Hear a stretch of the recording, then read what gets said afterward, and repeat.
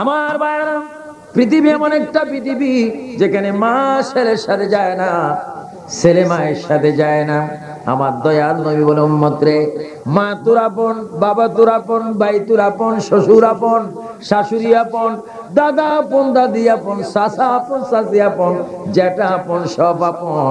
কিন্তু উম্মত রে, একটু চিন্তা করলেনি, যেই দিন খবর আসবি সেই দিন তো তোর আপন কেহ না। আমি নবীর উপর দুরূদ শরীফ পড়েছো, আমি নবীর সুন্নতকে মহব্বত করে তারাবির নামাজ পড়েছো, আমি নবীর কথা অনুযায়ী রোজা ছিলে। উম্মত, যেই দিন তুমি চরলক্কা গ্রামে তোমার বসবাসের ঘর ছেড়ে যখন তুমি কবরের মধ্যে রওনা হবে, মরা খাটের মধ্যে যখন তোমার লাশটা তুলবে, পিছে পিছে মানুষগুলা বলবে, আল্লাহু রাব্বি মুহাম্মদ নবী, আল্লাহু রাব্বি মুহাম্মদ নবী বলে বলে যখন কবরের পাড়ে তোমার লাশটা নিয়ে যাবে, ওই দিন তুমি বুঝতে পারবে চেয়ারম্যান তোমার পর, মেম্বার তোমার পর, ভাই তোমার পর, বাবা তোমার পর, মা তোমার পর। উম্মত রে, আমি রাসূলের কথাগুলা ভালো মতো মেনে রোজা রাখো, নামাজ পড়ো, মা বাবার খেদমত করো। যেই দিন তুমি পর হয়ে একাকি হয়ে যখন কবরের দিকে রওনা দিবে, কবরের পাড়ের থেকে তুমি চিৎকার মারবে, আল্লাহ, আমি একাকি কিভাবে কবরে থাকবো, আল্লাহ একাকি কিভাবে আমি কবরের দিন কাটাবো। আমার নবী বলেন, ওই মুহূর্তে তোমার যদি ঈমান থাকে, আমলগুলো যদি তোমার কবুল হয়ে থাকে, তুমি চক্ষু খুলে দেখতে পাবে পৃথিবীর মানুষ যেই কবরে তোমার কাছে পর হয়ে গেল, তুমি দেখতে পাবে আমি রাসূল কবরের ভিতরে দাঁড়াইয়া দুই হাত মেলে এমনি দাঁড়ায় থাকবো, তুমি উম্মতের লাশটা আমার কোলে তুলে নিতে চলে বলেন সুবহানাল্লাহ। গভীর মনোযোগ। সাহাবায়ে কেরাম রোজা ছিলেন, খলিফাতুর রাসূলগণ রোজা ছিলেন, সাইয়েদনা আবু বকর, ওমর, ওসমান ও আলী রোজা ছিলেন। কিন্তু রোজা থাকার পরও, নামাজরা পড়ার পরও, মা বাবার খেদমত করার পরও তারা বেশি বেশি কবরের চিন্তায় আল্লাহর জমিনে কাঁদতেন। জোরে বলুন সুবহানাল্লাহ। হযরত বেলাল আযান দিচ্ছেন। আমার ভাইরা, আযান শিখবেন, আযান শিখবেন। আযান যারা দিতে পারেন বা দেন, তাদের সাথে হযরত বেলালের হাসর হবে। জোরে বলুন সুবহানাল্লাহ। আপনার কি হযরত বেলালের সাথে বেহেশতে যাওয়ার ইচ্ছা আছে কিনা? তাহলে কি দিতে হবে? আযান। আযান আযান দেওয়ার অভ্যস্ত হবে না। আযান দিলে পজিশন কমে না। আমি আন্তর্জাতিক স্পিকার অনেকে বলেন, কিন্তু 22টা রাষ্ট্র আমি সফর করেছি, 13 বার আল্লাহ মক্কা মদিনায় নিয়েছেন, তারপরে এখন সুযোগ পাইনি নিজের মাদ্রাসা মসজিদে আমি আযান দিই। কারণ আযান দিতে এত ভালো লাগে।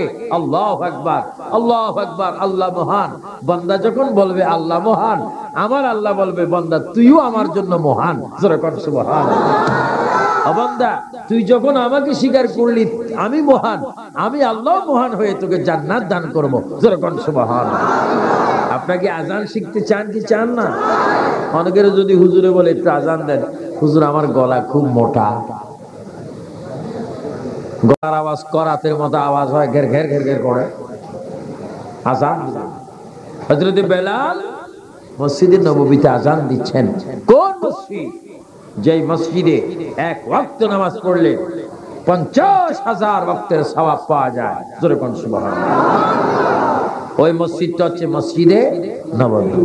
হযরত বেলাল আযান দেন, আল্লাহু আকবার, আল্লাহু আকবার, আল্লাহু আকবার, আল্লাহু আকবার, আশহাদু আল্লা ইলাহা ইল্লাল্লাহ, আশহাদু আল্লা ইলাহা ইল্লাল্লাহ। সবাই এবার জোরে জোরে বলুন, আশহাদু আন্না মুহাম্মাদুর রাসূলুল্লাহ। বেলালের আযান হলো। হযরত বেলাল আযান দিলেন। আযান দেওয়ার পরে মসজিদে নববীতে চতুর্দিকে মানুষ যাকে যাকে যাকে যাকে মসজিদের মধ্যে আগমন করলো নবীজির পিছে নামাজ পড়ার জন্য। আমার নবী হঠাৎ করে দেখেন মসজিদের বাহিরে দরজার কিনারায় কে যেন সিজদায় পড়ে পড়ে কাঁদতেছে। আল্লাহর নবী ওই জায়গার মধ্যে গিয়ে দেখলেন হযরত ওসমান গনি সিজদায় পড়ে পড়ে কবরের চিন্তা অস্থির হয়ে কাঁদতেছেন। জোরে বলুন সুবহানাল্লাহ। হযরত ওসমান গনি কাঁদেন। আল্লাহর নবী ডাক দিয়ে বলে, ওসমান, ও আমার ওসমান। মসজিদে আযান হলো। সমস্ত সাহাবায়ে কেরাম মসজিদে প্রবেশ করলো, তুমি মসজিদের বাহিরে, তুমি দরজার কিনারায় সিজদায় পড়ে পড়ে কেন কাঁদছো? হযরত ওসমান গনি কেঁদে কেঁদে বলে, ইয়া রাসূলুল্লাহ, ইয়া হাবিবাল্লাহ, হুজুর আমি এই জন্য কাঁদি, আমি ধনী সাহাবী, সব কিছু দুনিয়ার জন্য, আখিরাতের জন্য তো আমি কিছুই করতে পারিনি। কবরের দিনটা আমি কি করে কাটাবো, কবরে কিভাবে রাত কাটাবো, দিন কাটাবো, ওই চিন্তা আমাকে কাঁদাচ্ছে।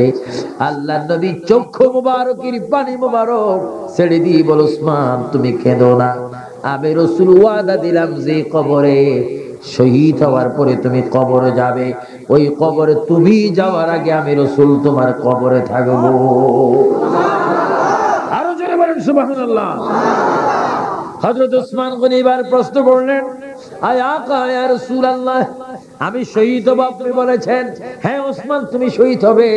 তবে বোঝা গেল কোন সাহাবী কিভাবে মরবে, কে শহীদ হবে, আমাদের নবী ওই খবর জানে কি জানে না? আরো জোরে জানে কি জানে না?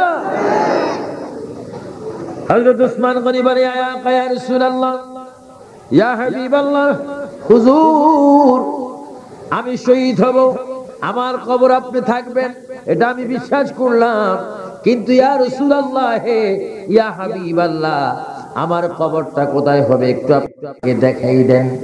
আল্লাহ নবী ডাক দিয়ে বলে, ওসমান একটা পাথর তুমি হাতে নাও। ওসমান বলে একটি পাথর হাতে নিলেন। আল্লাহ নবী বলল, ওসমান তুমি পাথরটা সামনের দিকে মারো। ওসমান সামনের দিকে যখন পাথরটা মারলো, কিছু দূর গিয়ে পাথরটা পড়লো। আল্লাহর নবীকে এবার ওসমান বলে, হুজুর পাথর মারলেন, পাথর তো পড়লো। আল্লাহ রাসূল বলে, ওসমান তুমি শোনো, ওই যেখানে গিয়ে তোমার মারা পাথরটি পড়েছে সেইখানে তোমার কবর হবে, আর এইখানে আমার রওজা হবে। এই জন্য ওসমান তোমার কবর থেকে আমার রওজার মাঝখানে কোন ব্যক্তির কবর যদি হয় কিয়ামত পর্যন্ত ওই কবরে কোনো আযাব হবে না। ওসমান গনি কেঁদে দিলেন, ইয়া রাসূলুল্লাহ, এই কথাটা আমাকে আগে কেন শুনাইলেন না? আমার যত শক্তি ছিল ওই শক্তি দিয়ে আমি পাথর মারতাম, কোটি কোটি ইমানদারকে আমি জান্নাতি বানাই দিতাম। আল্লাহর নবী ডাক দিয়ে বলে, ওসমান এটা তোমার দায়িত্ব, কর্তব্য নয়, এটা আমার। আমার কোন উম্মত যদি রোজা রাখি যদি কবরের মধ্যে আসে, আমার উম্মত যদি ঈমান নিয়ে কবরে আসে, মা বাবার খেদমত করি যদি কবরে আসে, আমি রাসূলের মুহাব্বতের দুরূদ শরীফ পড়ে যদি কবরে আসে, আল্লাহর ইবাদত নামাজ পড়ে যদি আমার উম্মত কবরে আসে, ওলি আল্লাহর গোলামি জিয়ারত করে যদি আমার উম্মত যদি কবরে আসে, কে কিভাবে কবর আসবে আমি রাসূল খবর জানি। আজরাইল তাদের প্রাণটা নেওয়ার আগে আমি রাসূল তার সামনে যাইয়া আমার নিজাতে আমার উম্মতকে আমি কবরে নিয়ে আসি। আরো জোরে বলুন না সুবহানাল্লাহ। আমাদের মৃত্যুর সময় নবী আমাদের সামনে আসো, এটা আমরা চাই কি চাই না? চাইতে হলে নামাজ লাগবে কিনা? আরো জোরে নামাজ, রোজা, কোরআন শরীফের তেলাওয়াত, মা বাবার খেদমত, আল্লাহর ইবাদত, ওলি আল্লাহর মুহাব্বত। সুবহানাল্লাহ। জন্য আমার ভাই,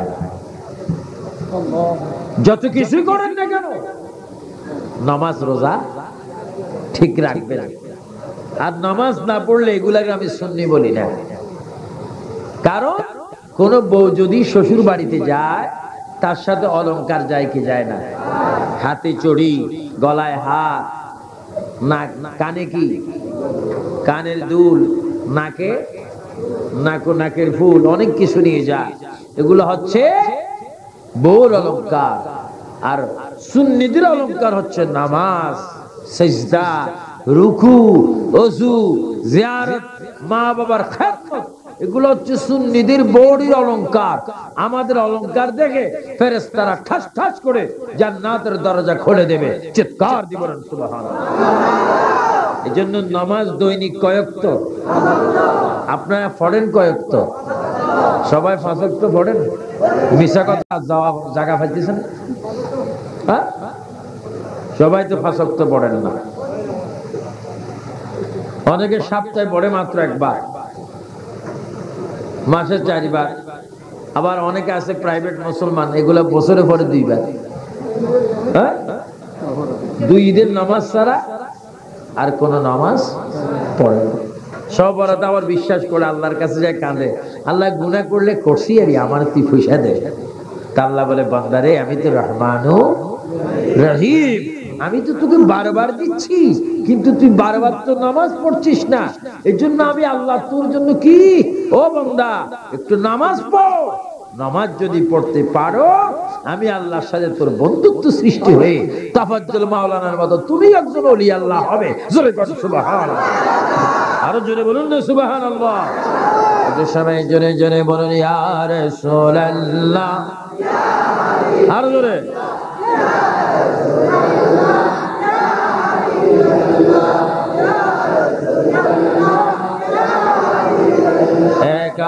এক আওয়াজে মোহাব্বতে জোরে জোরে বলুন ইয়া রাসূলুল্লাহ, ইয়া রাসূলুল্লাহ। গোসল করায়া কাফন পড়াইয়া, বলেন গোসল করায়া, গোসল করায়া কাফন পড়াইয়া। যুবক ভাইরা বলো, মুরব্বীরাও বলেন গোসল করায়া রাখিবে যখন কবরে শোয়াইয়া, লয় গকুলে গুলাম বলিয়া ইয়া রাসূলুল্লাহ, ইয়া রাসূলুল্লাহ। এই জন্য আমার ভাইয়েরা কবরের চিন্তাটা একটু বেশি করেন, নামাজটা ঠিক মতো পড়েন, সব কিছু যদি করতে পারেন তাহলে আপনি ওলি আল্লাহ হতে পারবেন। যেমনি ভাবে ওলি হয়েছেন খাজা গরিবে নওয়াজ, যেমনি ভাবে ওলি হয়েছেন হুজুর গৌসে পাক, যেমনি ভাবে ওলি হয়েছেন বাদ নকশবন্দি, যেমনি ভাবে ওলি হয়েছেন মুজাদ্দিদ আল-ফিসানি, যেমনি ভাবে ওলি হয়েছেন কুল আউলিয়া কেরাম ইবাদত করে করে মহান আল্লাহর কাছে তারা মাহবুব বান্দা হয়ে গেছেন। জোরে বলুন সুবহানাল্লাহ। এখন আমরা সুন্নি, আরো জন্য আমরা কি সুন্নি হয়ে যদি নামাজ না পড়ি, সুন্নি হয়ে যদি নামাজ না পড়ি, এর চাইতে দুঃখের আর কোনো ব্যাপার থাকতে পারে না। এই জন্য আমি আবু সুফিয়ান আবিদ আল কাদি আপনাদের হাতে ধরে সুন্নি ভাইদের পায়ে ধরে আমি অনুরোধ করে যাব, আপনার 5 ওয়াক্ত নামাজটা ঠিক মতো পড়বেন এবং ইবাদত করবেন কার? মুহাব্বত হবে রাসূলুল্লাহ। যেটা বলে মুহাব্বত কার? খেদমত হচ্ছে মা বাবা। যেটা বলে খেদমত কার? আমাদের অনেকের মা বাবা আছে, অনেকের নাই, কিন্তু দেখবেন রোজার দিন অনেকে মা বাবাকে বাদ দেয় না, মা বাবাকে বাদ না দিয়ে ভিন্ন খাওয়ায়, কিন্তু নিজের বিবির প্রেমে পড়ে নিজে জুদা খাচ্ছে, ভিন্ন সেপারেট খাচ্ছে। কিন্তু কোন ছেলে যদি মা বাবার অন্তরে কষ্ট দিয়ে রোজা রাখে তার রোজা আল্লাহর দরবারে কবুল হবে।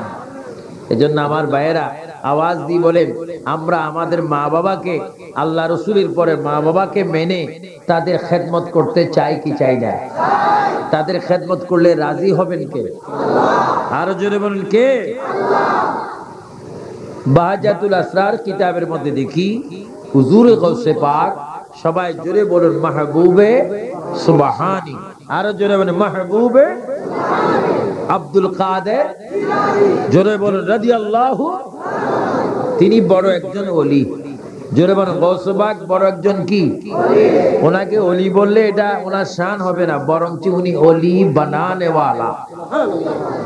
তিনি ওলি বানান, শিক্ষকরা ছাত্রকে আলেম বানান, হ্যাঁ, অনেক হেল্পারকে ড্রাইভার বানান, অনেক অশিক্ষিত মানুষকে শিক্ষিত বানান শিক্ষক।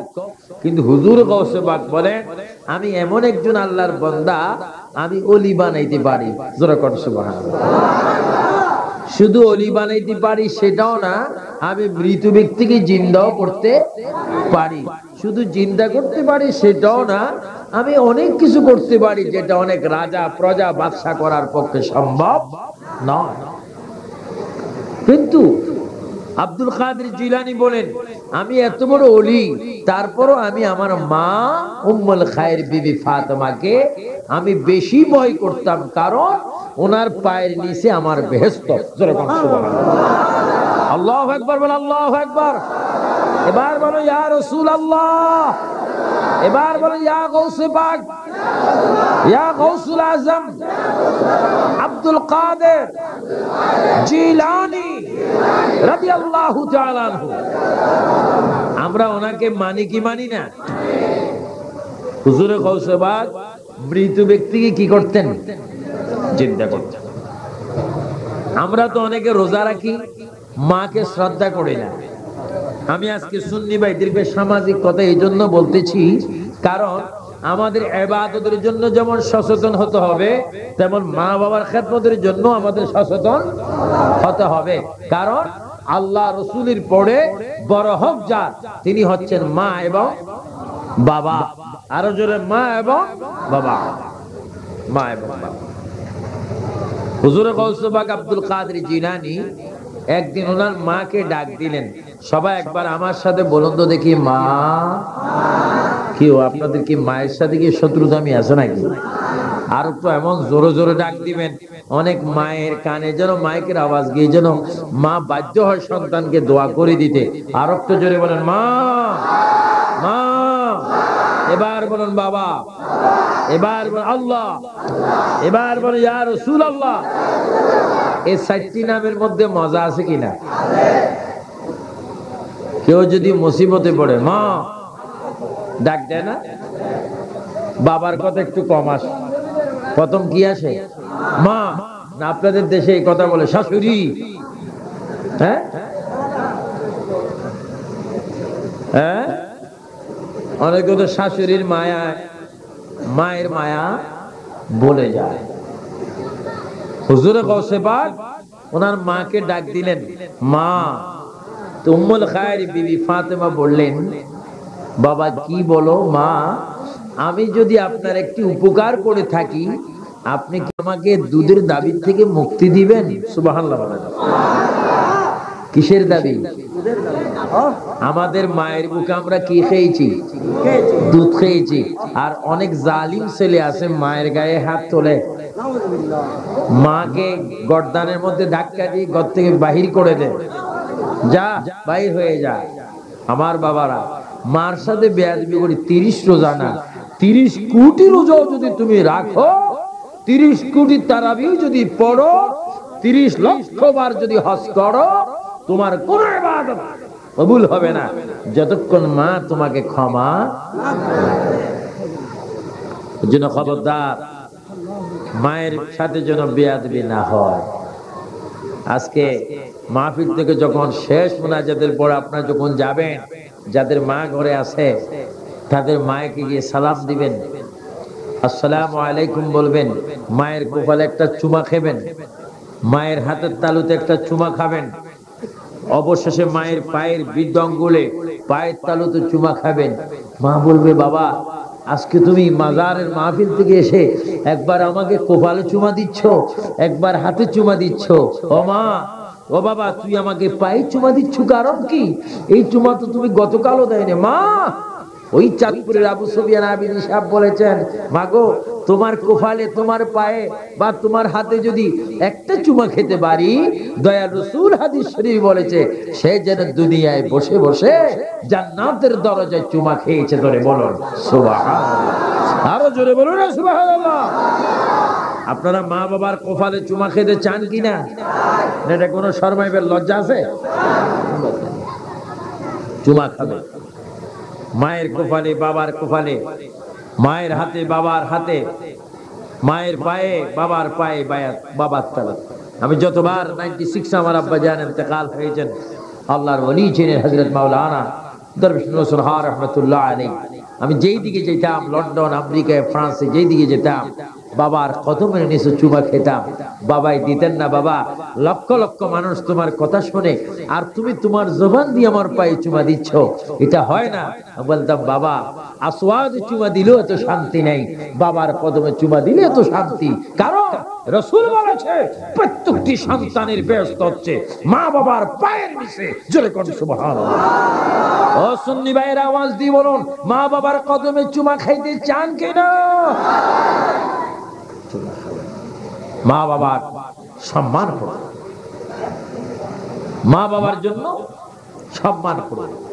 এখন কেউ বলবেন হুজুর আপনি যে কথা বললেন আমার মন বড় পেরেশান হয়ে গেল, হুজুর আমার মাও নাই আমার বাবাও নাই, এখন আমি কি করি হুজুর?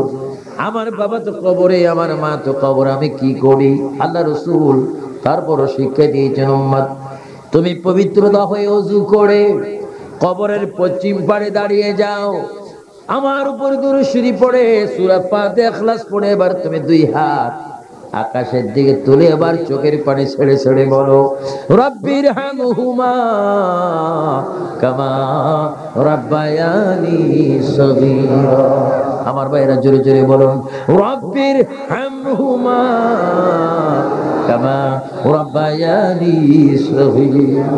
আল্লাহর নবীর উম্মত, তোমার মা নাই বাবা নাই, তুমি মা বাবার কবরে পশ্চিম পাশে দাঁড়িয়ে যদি চোখের পানি ছেড়ে ছেড়ে যদি মায়ের জন্য বাবার জন্য একটু কেঁদে যদি দোয়া করতে পারো, আর যদি বলো আল্লাহ আমার মা আমাকে পেটে ধারণ করেছে, আল্লাহ আমি ছোট্টবেলায় দাঁত ছিল না, ওয়া ওয়া করে কাঁদার পরে মা জননী বুক থেকে আমাকে দুধ দিয়েছে, এমন মা আজকে দুনিয়ার মধ্যে নাই রে আল্লাহ।